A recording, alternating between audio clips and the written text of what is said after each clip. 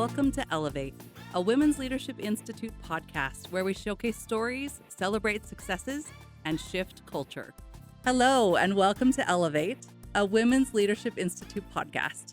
I am happy and pleased to introduce you to my guest, Pete Codella. He is with GoEO.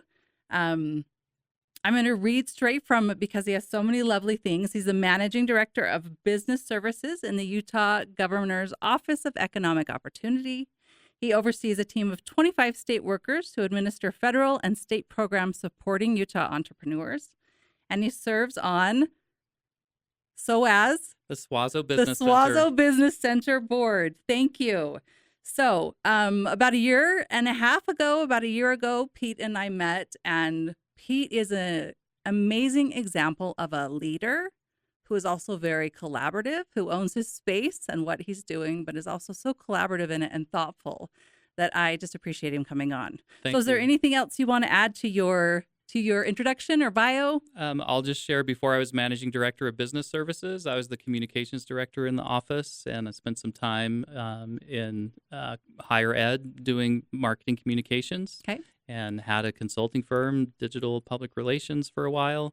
Have an MBA from the U and a communications degree from BYU. That's right. Wonderful. So along with the professional introduction, we also like to give our listeners something personal about you or your family.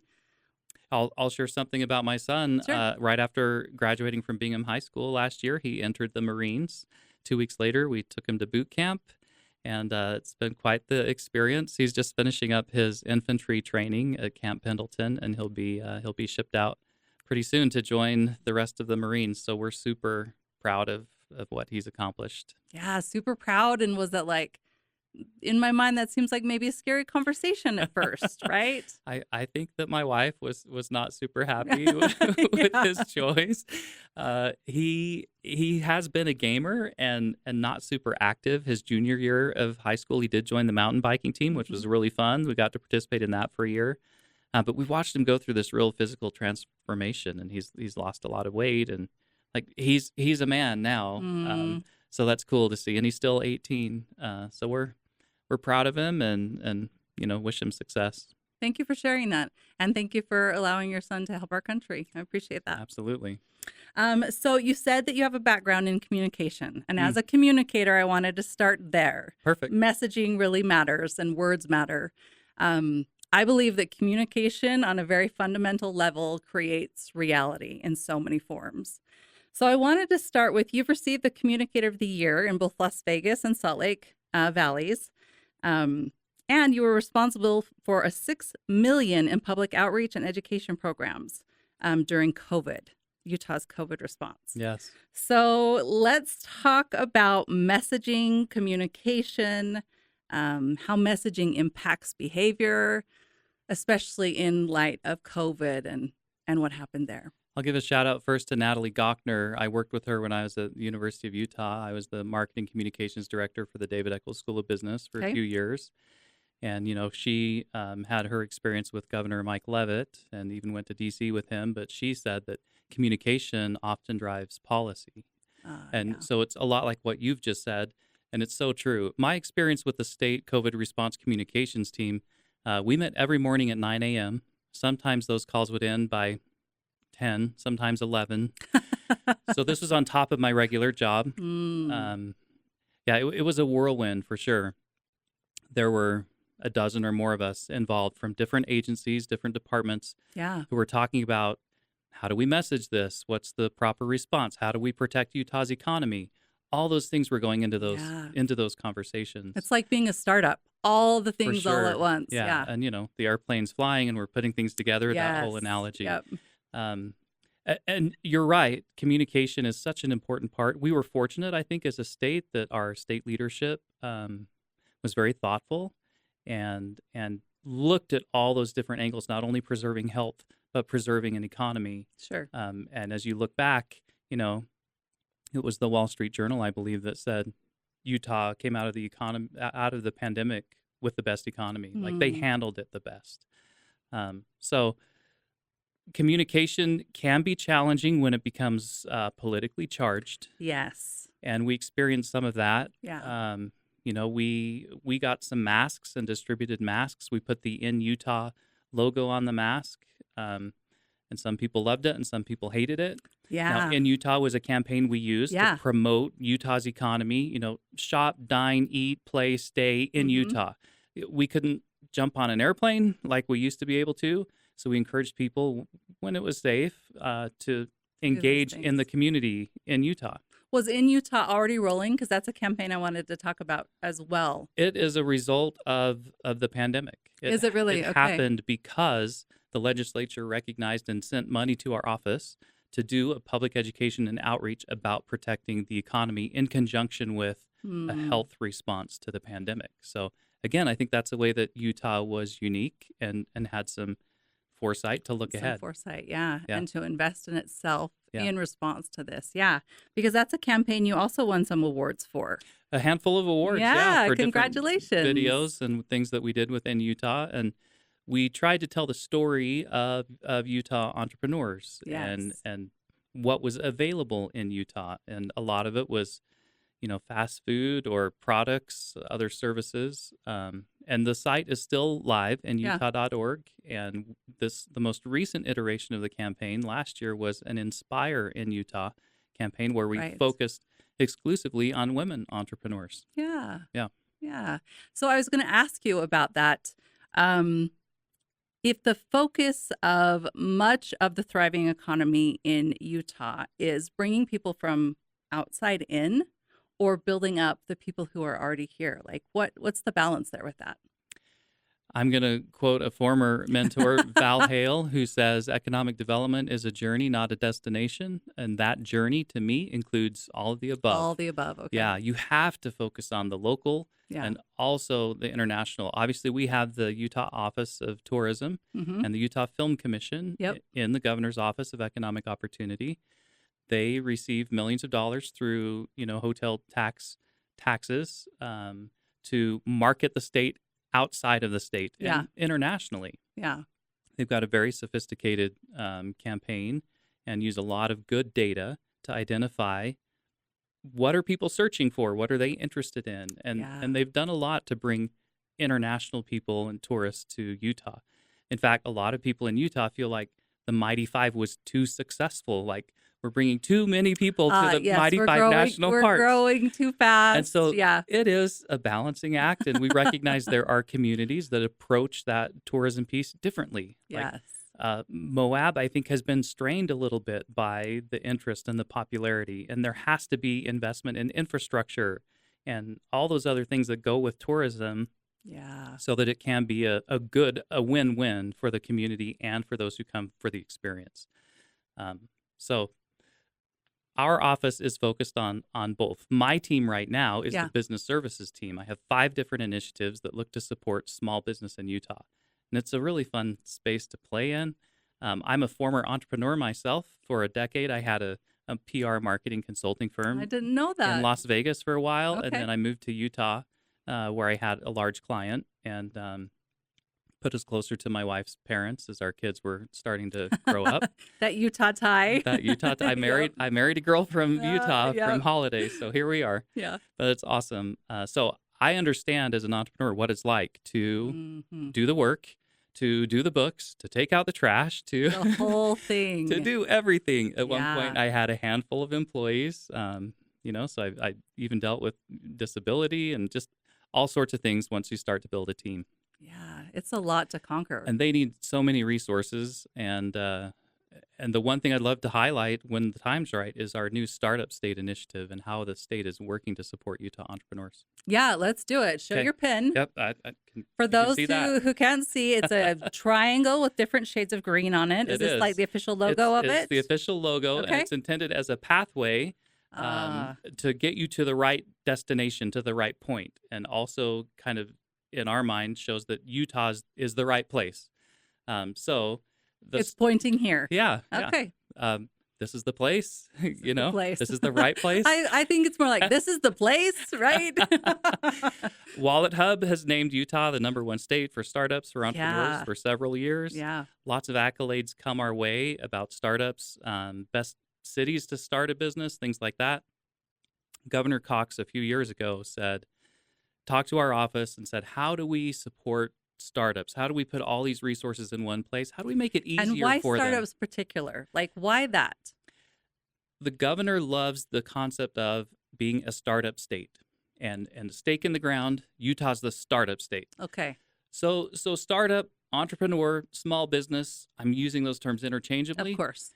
Startup state has some nice alliteration from Yeah. a branding perspective. Okay. And we did startup.utah.gov. So that's kind of the hallmark right now of our effort. It's a really robust website that we worked on for a year. So the governor also talked Brad Bonham into being the state's first entrepreneur in residence.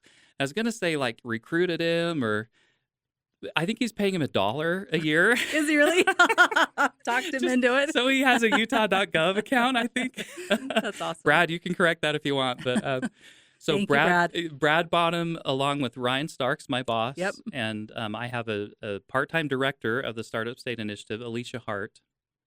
All of us have been in the trenches this past year building out what this website can be. Yeah. It has a journey map with 18 or 20 steps from I'm thinking of this idea, I might start a business, to how do I actually start a business in Utah? What kind of legal things do I need to think about? What licensing things do I need to think about? To how do I grow my business, hire people? How do I maximize my profit? To even, hey, I'm going to sell or close my business. So this is the entire journey map. The lifespan. Of an entrepreneur. And we know a lot of businesses start and stop, and successful entrepreneurs have lots of failures in their past, not successes. Right. You become successful because you've failed enough that you learn how to be successful. Yeah. I mean, that's the truth of being an entrepreneur. It's the problem solving. Yes, it is. Yeah. And it takes a certain person who's able to persevere and do that. And the Startup State website provides resources for every one of those steps along the way, hundreds of resources. We're trying to elevate and inform and serve as a convener for all that information. If you think about entrepreneurship in Utah, there are some really cool places and things happening at schools. I don't necessarily want to call any school out, but there are a lot of university and colleges that have entrepreneur programs. Yep. There are community colleges. There are high school programs. Yeah. So we want to just come up at a higher level and speak on behalf of the whole state and put just all those things together in one place. That's what startup.utah.gov is intended to do. It has a calendar of events where we plan to curate from all those other places and say, if you're interested in entrepreneurship and startups and small business in Utah, here are some events. And it's going to be pitch competitions and networking opportunities and all those conferences, all those things that are just occurring already, but we want to. You want to be like the aggregate of it. Yeah, right. Because how does this work in tandem with like the Women's Business Center, right? Or excellent chamber opportunities. That's right. So every chamber, the Women's Business Center at Salt Lake Chamber, they are partners of ours. They are part of our resources. Like down the road, let's do events together. I see. We have a limited budget, but I hope the legislature will come forward and give us more money in the future. But we're supporting startup pitches in the state to the tune of about $100,000 a year right now. Is that through the One Summit, or is that in a different? So the One Utah Summit, which we had earlier this month, featured the Startup State Entrepreneur Challenge. Yeah. We've rebranded it to match Startup State. Of course you did, because you're a communicator. And part of that prize purse, we had $115,000 in prizes and in-kind contributions. The in-kind portion came from scholarships, $15,000 in scholarships to the Master of Business Creation at the Lassonde Entrepreneur Institute at the David Eccles School of Business, University of Utah. Very cool. That MBC program, both our first and second place winner are very interested in that program and plan to cash in on those scholarships. I've heard really good things about that program. So we love that. The cash came from the Startup State Initiative, part of this, pool of 150,000 that we've got, and also our Utah Innovation Center. So that's another one of my 5. So Startup State's 1, Innovation Center is the second of my 5 programs that support Utah entrepreneurs. And they're focused on research and development and getting non-dilutive funding for new technology in Utah. So that's what Innovation Center does. Okay. And it's free consulting to help businesses apply for those federal grants and secure those grants. And they're award winning, by the way.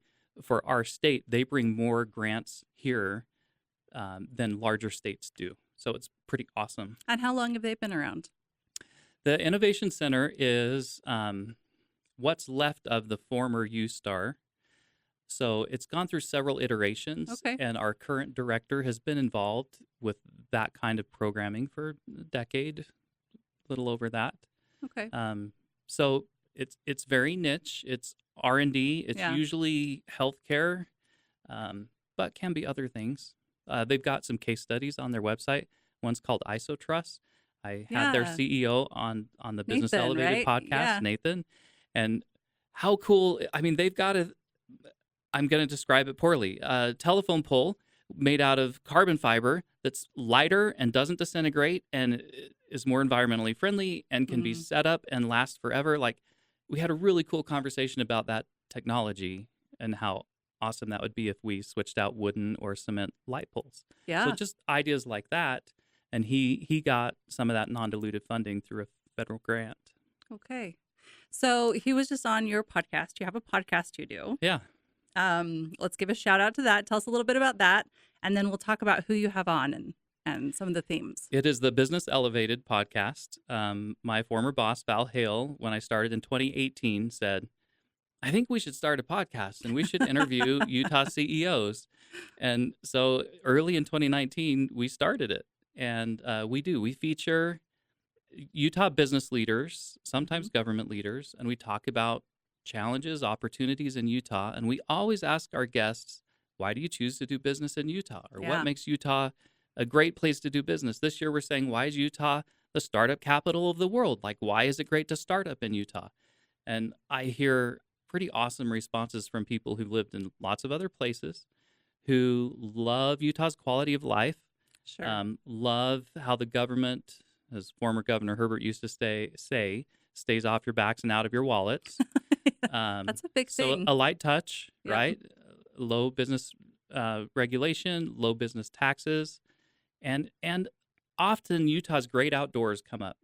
And again, the lifestyle piece. Yeah, this ties into that Utah Office of Tourism and touting those benefits of.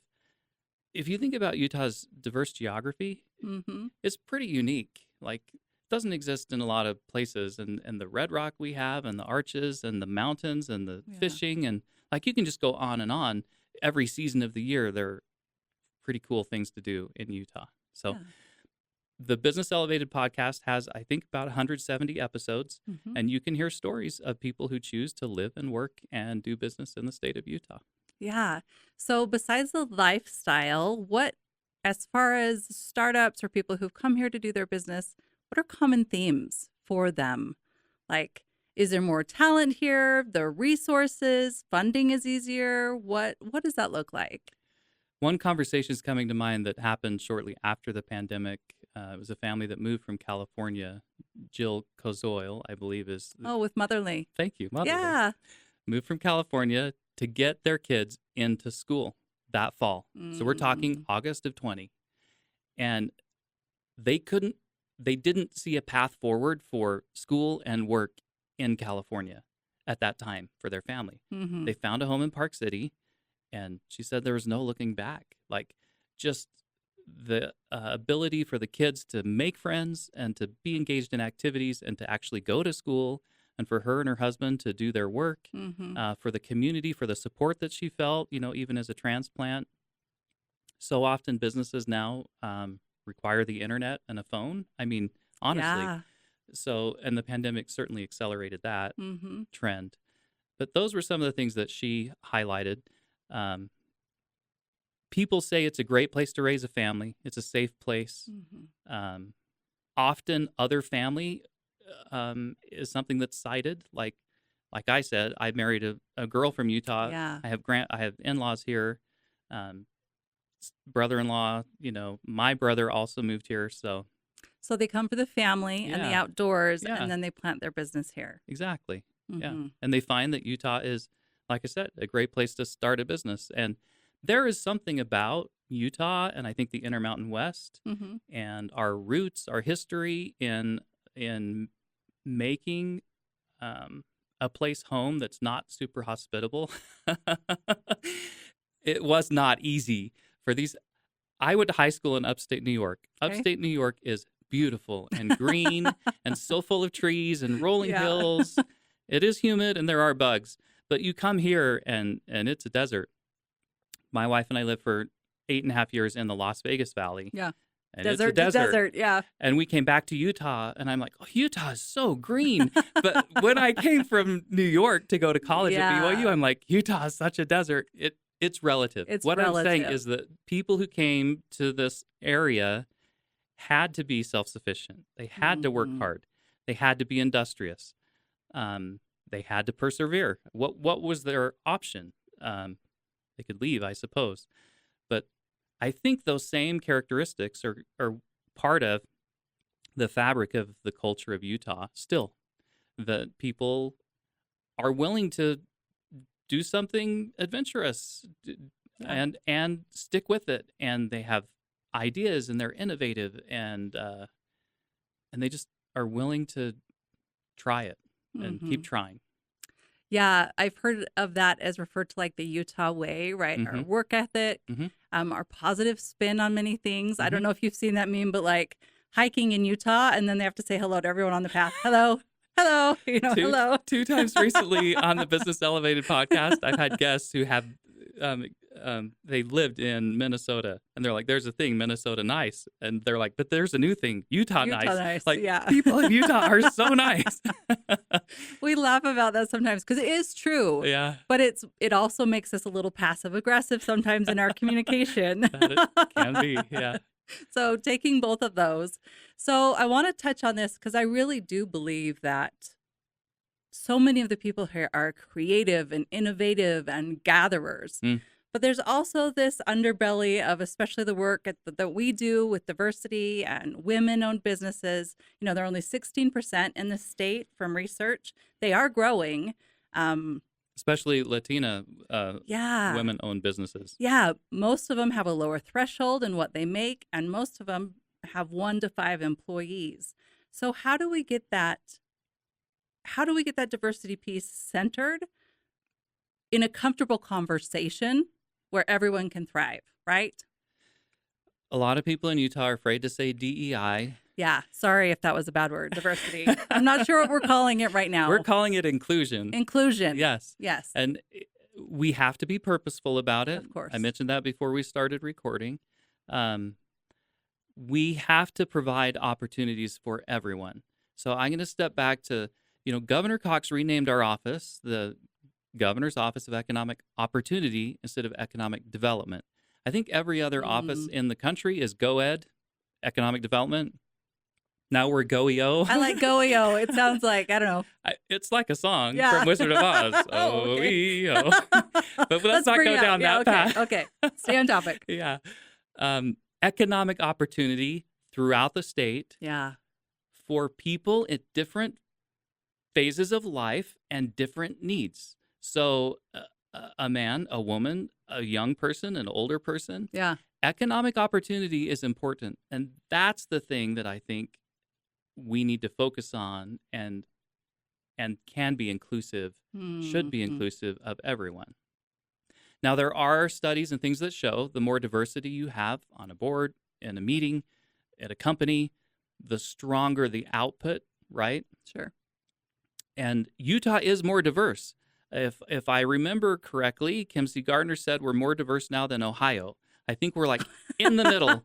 I think we're moving up in the middle. Okay. People don't see that necessarily. Yes, absolutely. And I think it's over 15% Latino, and maybe 4 or 5% Black and Asian. And I mean, we are becoming more diverse. And a lot of what we did through COVID with communications and things included a Spanish translation. Our new startup website, you can translate into whatever language you'd like. So that's, I think, being more baked in at the beginning than an afterthought. And I think that's very important. So we have to support those who struggle to find the opportunity, right? how do we find those opportunities and create ways and pathways for people to get them? Pathways is a big word I've been hearing a lot. And not to preserve, for whatever reason, like barriers that exist. They do exist. I have a wife. I have a daughter. I want them both to have opportunities, just like I want my son and I to have opportunities. Yeah. I love that, because it really is about elevating all of us. It's not like we can only elevate half of us, or and it has to be it cannot be you win, I lose. Absolutely. That's the wrong approach. Right. Because then it'll become divisive. Yeah. I love that Joe Bernard of Ken Garf, he often says, so he took the Elevate Her Challenge, right, for the 6 principles to elevate women. I love the story of his daughter and the lawnmower. Yes, absolutely. But what he also says that I love is when they worked on family-friendly policies, they not only elevated women in their company, but it ended up elevating the men as well. And I love that the tide rises all boats. So that's kind of what you're talking about here, right? It is. And my recent conversation on the Business Elevated podcast with Ali Isom, Clyde Companies, she started talking about maternity leave. And I said, so what is your paternity leave like? She's like, Pete, it's the same. Yeah, perfect.